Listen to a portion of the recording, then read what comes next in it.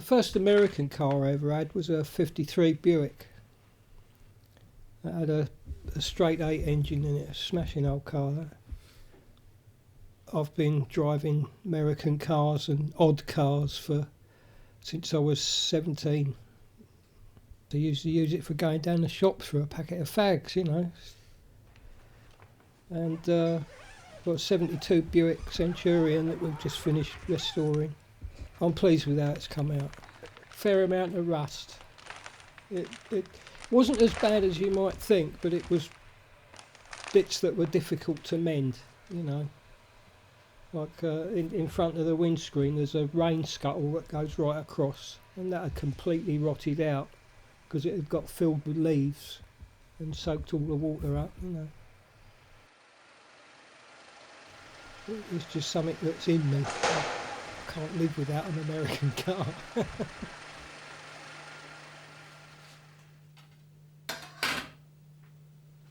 And for people without dishwashers, this is how it's done.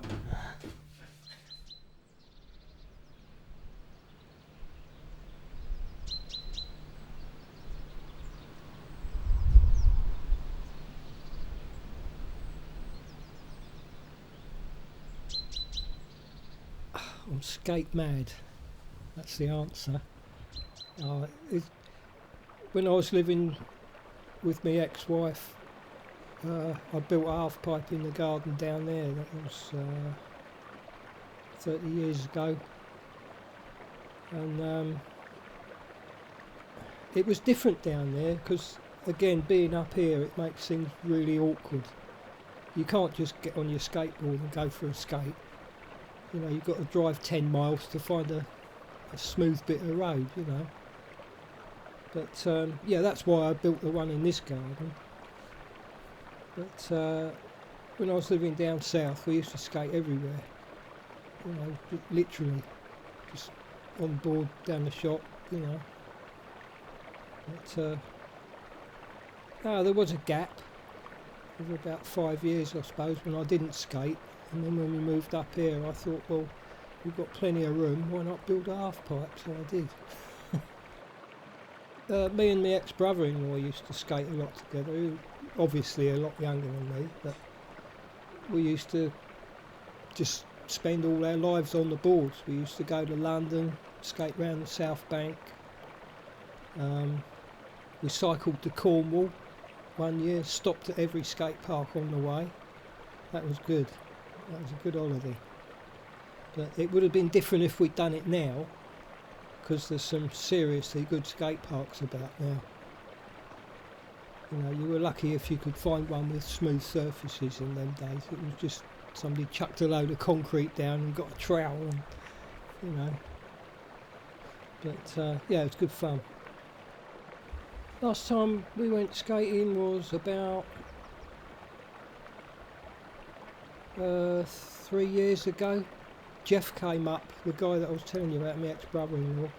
He brought his little boy up, who is now a top-notch skater, and we went down to Corwin, just skated around the car park for a bit, you know. But I've actually got some film of Jeff.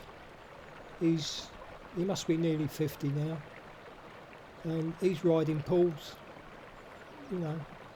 I'll show you later. We've got some good film. The setup that you used to have, was there one particular? Obviously, I know you changed them around and things like that. I've still got it. The board, I made the board myself, a park board, which I've still got, and that only broke about 8 years ago, and I actually bought one, you know, a proper one. Didn't get on with it, so I gave that to Julia. It was just about doing it in them days, you know. And me being a lot older than the other skaters, I just enjoyed it so much. It was just good to be there, you know.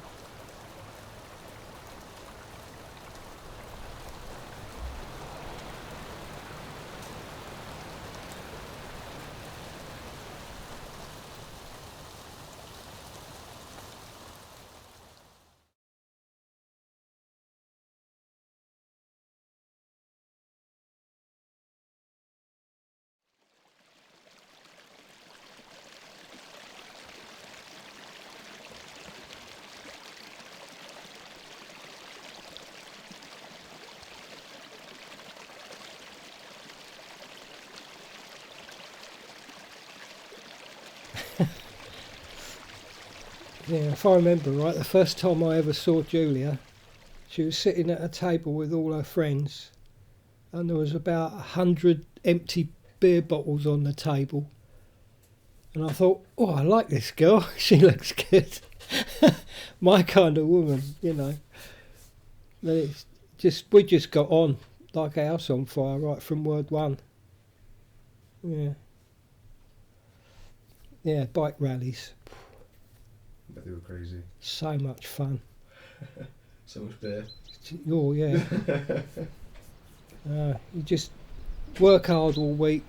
Friday night, go home, pick your tent up, pocket full of money, go and watch some really good bands, get absolutely arseholed and fall over in the mud, and then come home. Brilliant.